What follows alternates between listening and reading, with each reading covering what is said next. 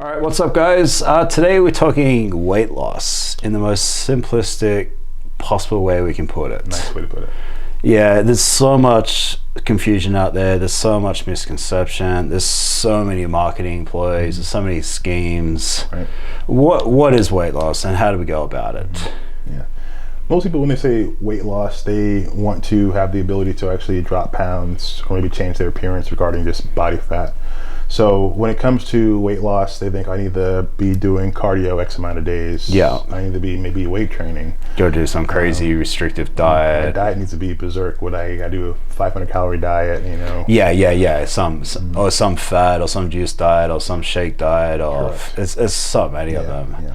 And it's so much out there that people, they get overwhelmed. I know I overwhelmed. I'm sure you probably did as well, to where you give up. You say, I don't know where to start. I'm getting this direction. I'm getting that direction. I'm hearing I got to do this, I got to do that. And I like to always implement and deploy just one variable at a time. You sit that individual down, or even think about, you know, yourself as an individual and say, what am I doing that needs to be addressed the most when it comes to my weight loss goals? What am I doing that's maybe the most detrimental? And if you don't really know what's going on with that, that's when you hire a coach or a nutritionist and see what's going on. But typically a lot of us, you know, like to think that we need to focus our workouts around everything. We got to be working out. When literally, I'd say that's maybe 10 to 15% of what's most important out of our entire weight loss journey. Absolutely not. It's like you said, 10 to 15% of weight loss comes from the actual training side of it, which means 85 to 90% of that is diet and what you do and don't put in your mouth. Bananas, yeah. As crazy as that sounds, you know, we can train for 2 hours a day. That's going to be 15% of what we're burning. You know, the rest of the time we got to focus on everything else. So a lot of us structure our workouts. We hire these trainers, we get our butt kicked for hours on end, and we wonder, why are we still not losing the weight? I'm working out 2 hours a day, 4 days a week, 5 days a week, and man, my scale's just sitting there at me looking crazy. I'm not losing the weight. Yeah, and I've mentioned this in previous videos. I would rather see someone stay at home and study what they should and shouldn't be eating than going out there trying to outwork a bad diet. Right. If you don't eat it, you don't have to burn it off. The cleaner you eat, the quicker you lose weight, the easier it is, the better you feel, the less your blood sugar spikes. Correct. Yeah. It's just this, it can either be this vicious positive cycle or this vicious negative cycle. Diet is absolutely everything. And like you mentioned, just changing one variable at a time, not train for 10 years, not dieted for 10 years, and all of a sudden trying to do 110% the next day, doing for 2 weeks, burning out and not doing it again for another 10 years. Being around the right environment, talking to the right people. If you're married, you got a spouse and you're trying to lose a significant amount of weight and they're not on board, the chance of you doing it and sticking to it is probably slim to none. It's a struggle. You need to be around the right environment. If your friends are out drinking, smoking every weekend and you're trying to get healthier and change your lifestyle, you may need to start to change your friends. These are all facts. There's nothing wrong with those friends, but if you're trying to go a different direction, you need to change your environment. That's the key thing you said, environment-wise. I think the environment's more feasible for weight loss than actually going to the gym and working out, because what are you doing after the gym for the rest of that entire day? You know, are you going out with your friends and getting maybe bad influences with alcohol and drinking?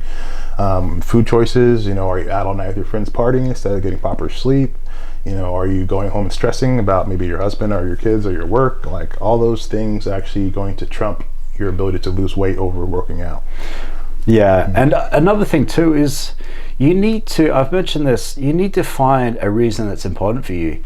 So like, if your reason is to have a six-pack and meet girls, it's pretty empty. It's pretty shallow reason.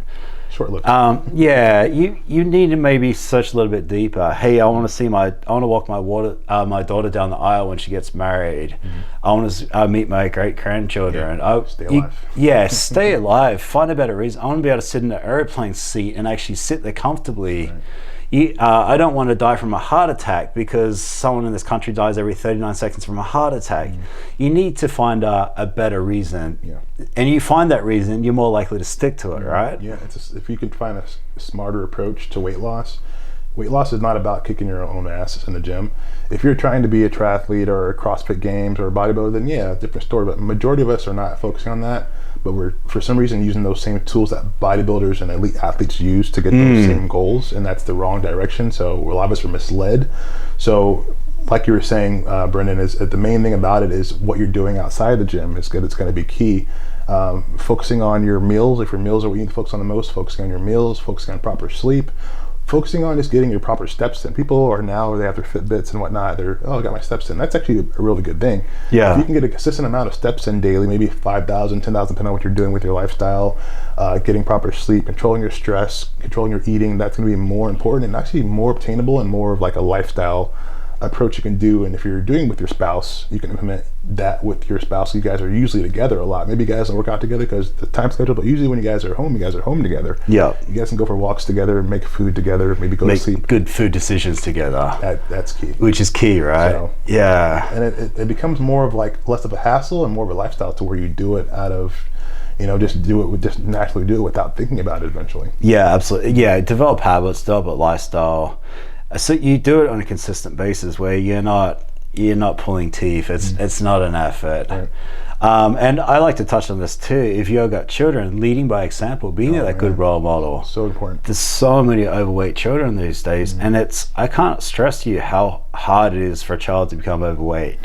It's basically a full-time job to get your kid overweight. Oh, man. And unfortunately, if you're a parent, your kid's overweight, it's your fault. It's 100% your fault because you got to change what's going on in their mouth. You got to get them more active. Right. It'd be very unusual to find an overweight child and a skinny parent. Would you agree with that? That'd be very odd. Yeah, it'd be very odd. So you got to start to look at yourself. Hey, I'm overweight. My children are overweight. Hey, this is not good for anybody. This is not going the right direction. Yeah. Kids are first teachers are going to be us as parents for our kids. So if we have those bad eating habits being deployed, their entire life, they're going to have that their entire life, and they don't have a choice. They're not really in charge, and that's. We talk about kids and dieting and family stuff, all day long too. Maybe in another video, but that's one thing too. Is just making it more of a lifestyle. Because if you have your regimen of eating, and your husband's eating something else that's not healthy, your kids eating something that's not healthy, it's hard to really adhere to that. For at least a lifestyle or at least period, you're gonna eventually fall off and give in. I know when I have my meals made, if my son's eating like I'm different, I'm fine. But if I was a normal individual, if you're making my meal prep, my son's eating In-N-Out Burger, Chick-fil-A, I'm gonna be like, he leaves a few behind. I'm like, okay, I'm gonna have. Oh, why can't I have that with Or them? if it's not there, there's no big deal. And kids only know what we can actually show them and teach them. If we are teaching them healthy lifestyle choices and healthy foods, there's no burgers and fries around the house. Guess what? The kid's not going to be eating that. They don't have a car to drive. Yeah, they have money to buy things. And I've always said that if you don't buy it, you can't eat it. That's just what it is. You can search the cupboard all day long, but if it's not there, you can't eat it. Double check. Yeah, I couldn't tell you how many times in the past I've been dieting where I've double checked, triple checked. Like, well, there's got to be something here sweet. And there's not. And guess what? I didn't cheat because there's nothing to eat. You go out of your way to get a burger, then you just mentally. But most people, they don't go that far. If it's not there, like you said, they'll pick something else. Maybe they shouldn't be eating it at all, but they'll pick a healthy choice to eat. Yeah, you might grab an apple opposed to like candy bar or something. Precisely, yeah. Gotcha. Yeah, so just to kind of wrap that up, if weight loss it's doing it for health purposes. It's doing it for longevity. It's doing to. It's not aesthetic, is it? It's not the way. Yeah, that's a bonus. Right. But it shouldn't be the number one reason at all. But I mean, if it is the reason and that's what gets you moving, I don't think there's anything wrong with that. Why not?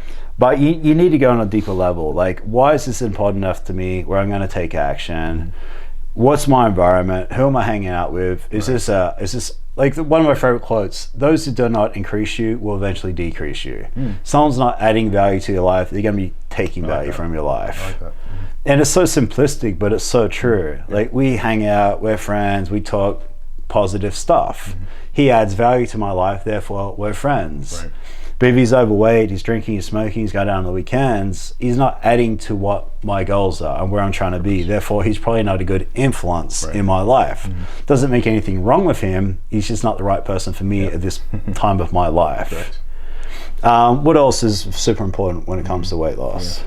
I can't express the fact that how recovery / sleep is very key. We talked before in videos, people are always on their phone, computer, and you can bust your butt all day in the gym. You can eat healthy all day throughout the day and go to sleep and have the worst sleep because you slept 2-3 hours. I'm not going to say it's wasted, but it's just as vital. The eating is just as vital as the sleeping. I think the eating and the sleeping are going to trump the diet are going to trump the training. Sorry. Okay. The eating and the sleeping are going to trump the training, because you need to recover from that workout that next day. Yeah. If you don't go to sleep, you're not going to overturn those calories. You're not going to lose the weight. You're not going to reset everything. You're going to possibly get sick. Possibly get hurt.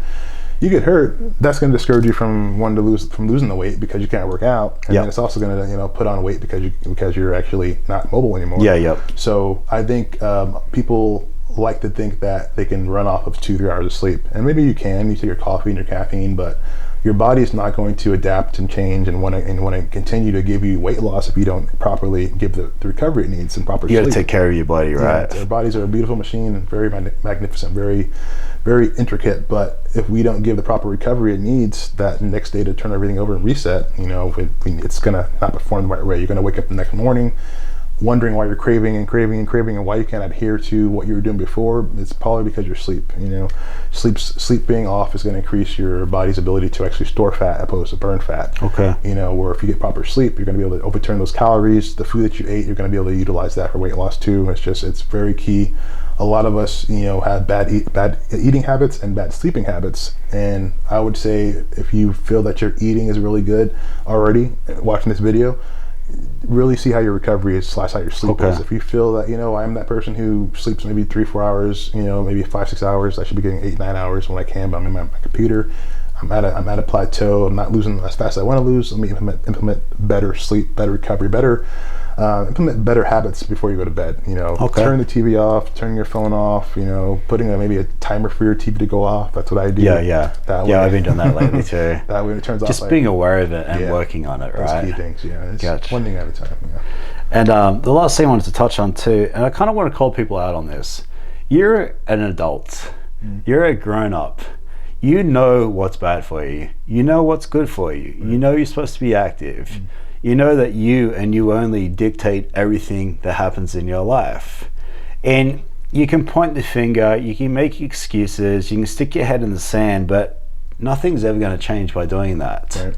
As soon as you take accountability for your health, the sooner you can actually start changing it, right? And my parents didn't teach me how to eat right. I don't know how to cook. I can't afford the right food. Right. They're just excuses. And unfortunately with excuses just lead to more excuses. Correct. They never create change. Keep doing what you're doing, you keep getting what you got.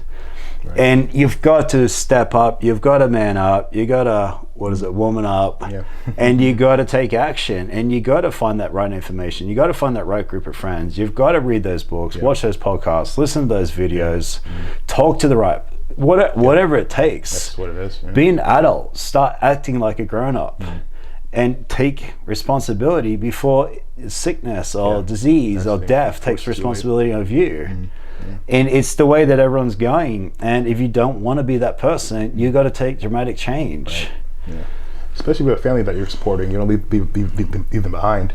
If you're a husband and you need to actually get a handle on your weight or your lifestyle, it's going downhill, and you use excuses or you don't figure it out, you're going to leave behind your family. You're going to, is selfish. Your main support system. It is definitely more on the selfish side, and that's why people have these podcasts, and that's why we're doing this. Free information. So as I said, there's not really as much excuses out there as before regarding information. It's never been easier. I can afford a trainer. You're getting all this free information, and you have all these different variables you can use to implement and deploy for your own personal use as well. And like you were saying, I need to be doing organic 100%. I can't afford that. Well, that's not always the case. You can find other alternatives you can do. You can maybe be okay with doing something that maybe you don't like eating, possibly to better yourself until you can actually find a better balance and go from there. Just main thing about it is just kind of getting rid of all the excuses that people will use as adults, and utilizing all these tools that are out there. You don't have to stick with a vegan diet or a keto or a paleo or organic grass-fed. It's just more so you want to adhere to what you can personally fit